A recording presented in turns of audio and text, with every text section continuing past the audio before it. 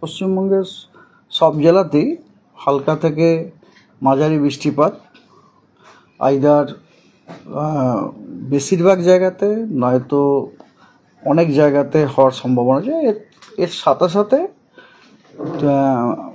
Isolated মানে বিচ্ছিন্নভাবে এক দু জায়গাতে কিছু জেলাতে আপনার ভারী বৃষ্টিপাত কখনো হয়তো অতি ভারী বৃষ্টিপাতেরও আপনার সম্ভাবনা আছে।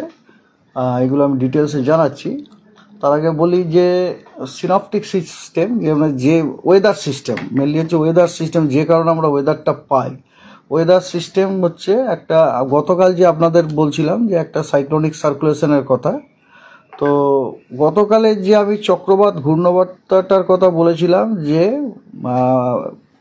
সমুদ্রপৃষ্ঠ থেকে 1.5 কিলোমিটার থেকে 7.6 কিলোমিটার পর্যন্ত বিস্তৃত, সেটা আজকে ওটা দেখা যাচ্ছে সমুদ্রপৃষ্ঠ থেকে 0.9 কিলোমিটার থেকে 5.8 কিলোমিটার পর্যন্ত, মানে ওটা একটু নিচের দিকে নেমেছে আর কি। এবং যেটা আপনাদের আমি বলছিলাম যে সাধারণত এরকম হয় অনেক সময়, এরকম ধরনের একটা সাইক্লোনিক সার্কুলেশনগুলো, চক্রবাত ঘূর্ণাবর্তগুলো ভূমিতে মানে সারফেসে ডিসেন্ড ডাউন করে যায়, পতিত হয়, ভূপতিত হয়ে ওখানে একটা লো প্রেসারের রূপ ধারণ করে। তো আজকে আমাদের ডিপার্টমেন্ট থেকেই এটা ফোরকাস্ট বুলেটিনে এটা উল্লেখ করা হয়েছে যে আগামী 24 ঘন্টাতে এই যে আমি চক্রবাত ঘূর্ণাবর্তর কথা বললাম তার প্রভাবে কিন্তু একটি নিম্নচাপ এরিয়া কিন্তু ফর্ম হতে পারে আর কি। হ্যাঁ, আর এটা বাদ দিয়ে মনসুন ট্রাপ আমাদের এরিয়াতে দীঘা দিয়ে পাস করে তারপরে সাউথ ইস্টওয়ার্ডস ইস্ট সেন্ট্রাল বেতে গেছে। আর ফোরকাস্ট এবং ওয়ার্নিং হচ্ছে এইরকম যে 7 তারিখ আজকে পশ্চিমবঙ্গের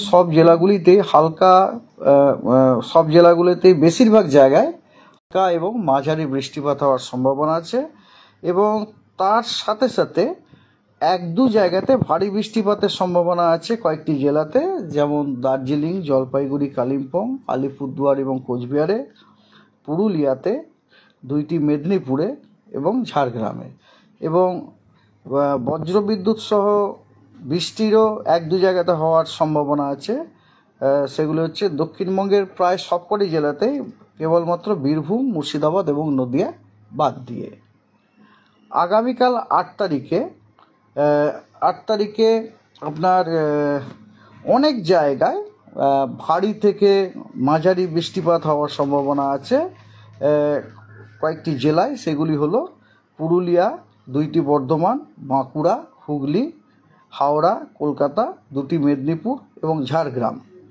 এই জেলাগুলির অনেক জায়গায় হালকা থেকে মাঝারি বৃষ্টিপাত হওয়ার সম্ভাবনা আছে, এবং পশ্চিমবঙ্গের অন্য জেলাগুলিতে হালকা থেকে মাঝারি বৃষ্টিপাত হওয়ার সম্ভাবনা বেশিরভাগ জায়গাতে হওয়ার কথা।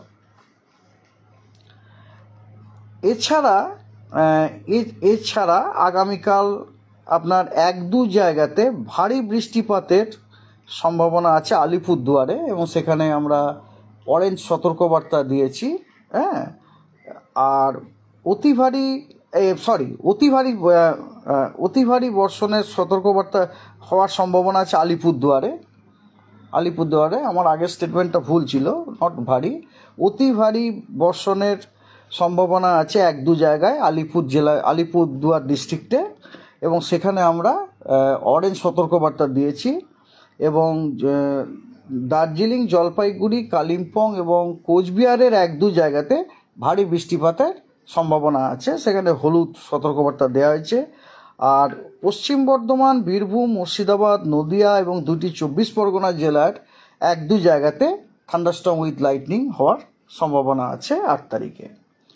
9 তারিখে উত্তরবঙ্গের সব জায়গায় ভারী থেকে মাঝারি বৃষ্টিপাত হওয়ার সম্ভাবনা, বেশিরভাগ জায়গাতে হওয়ার সম্ভাবনা আছে। আর দক্ষিণবঙ্গের আপনার সব জেলাগুলি অনেক জায়গাতে ভারী থেকে মাঝারি বৃষ্টিপাত হওয়ার সম্ভাবনা আছে। এবং তার সাথে 9 তারিখে আপনার এক দু জায়গায় ভারী বৃষ্টিপাতের সম্ভাবনা আছে দার্জিলিং, জলপাইগুড়ি, কালিম্পং এবং আলিপুরদুয়ারে। 10 তারিখ, 11 তারিখ, 12 তারিখ এবং 13 তারিখ, 10-11 এই 4 দিনে পশ্চিমবঙ্গের সমস্ত জেলারই বেশিরভাগ জায়গাতে জুড়ে ভারী থেকে মাঝারি বৃষ্টিপাত হওয়ার সম্ভাবনা আছে। আর 10 তারিখে এছাড়া 10 তারিখে পুরুলিয়া, পশ্চিম বর্ধমান এবং বীরভূম জেলার কিছু 1-2 জায়গাতে ভারী বৃষ্টিপাতের সম্ভাবনা আছে এবং সেখানে হলুদ সতর্কবার্তাও দেওয়া হয়েছে। আর 11 তারিখে কেবলমাত্র উত্তর এবং দক্ষিণ চব্বিশ পরগনা 1-2 জায়গাতে ভারী বৃষ্টির সম্ভাবনা আছে এবং সেখানে আমরা হলুদ সতর্কবার্তা দিয়েছি। এগুলো সাইক্লোনিক সার্কুলেশনের, হ্যাঁ, ঘূর্ণাবর্তের প্রভাবে যে চক্রবাত ঘূর্ণাবর্ত তারই প্রভাবে চক্রবাত ঘূর্ণাবর্ত এবং মনসুন ট্রাফ, এই দুটোর কম্বাইন এফেক্টে আমরা এই ওয়েদারটা পাচ্ছি। আগামী 7 দিন বৃষ্টি।